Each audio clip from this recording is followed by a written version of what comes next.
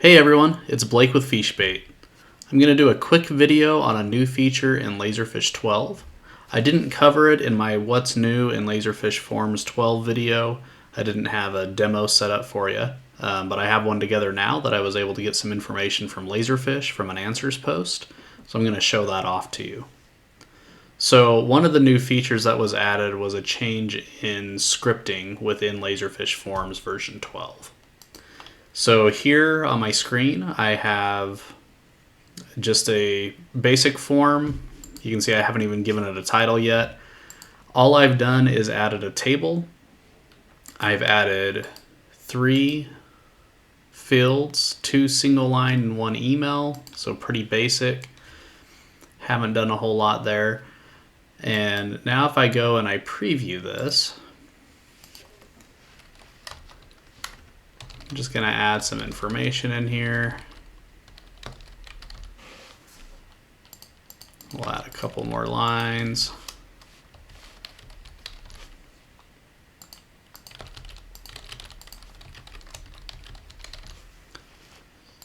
Okay, and now you'll see down here I have a download button. If I click that, it happens really fast, but what happens is in the background there's some JavaScript running. I'll show that to you here in a little bit. And then I can click download. And I actually get a CSV file. So if I open the CSV file, you can see that I have the contents of what was in my table. So that's the new feature that I wanted to show you. Is some of you in the Classic Designer have been using some custom JavaScript to extract the contents of a table within the Classic Designer and creating CSV files for that. This code allows you to do the same thing within the Modern Designer. So in here, again, you can see my table.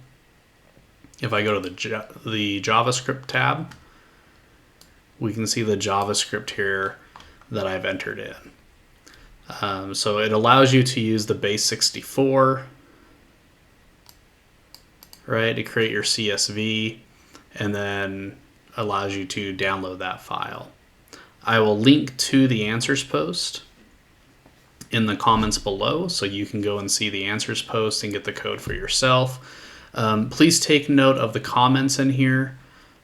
So Zach from Laserfiche is the one that actually created this, but it was more of a proof of concept that you could do it. So it wasn't really meant to be used in production environments, especially this section right here. So you can see he says this is just a quick and dirty example. So change it, make it your own. Let us know if you've made changes to the script to work in your environment, what you did and why you did it, and share it with the community. Hope you liked the video. If you have, be sure to give it a thumbs up, subscribe to the channel, and until next time, keep fishing.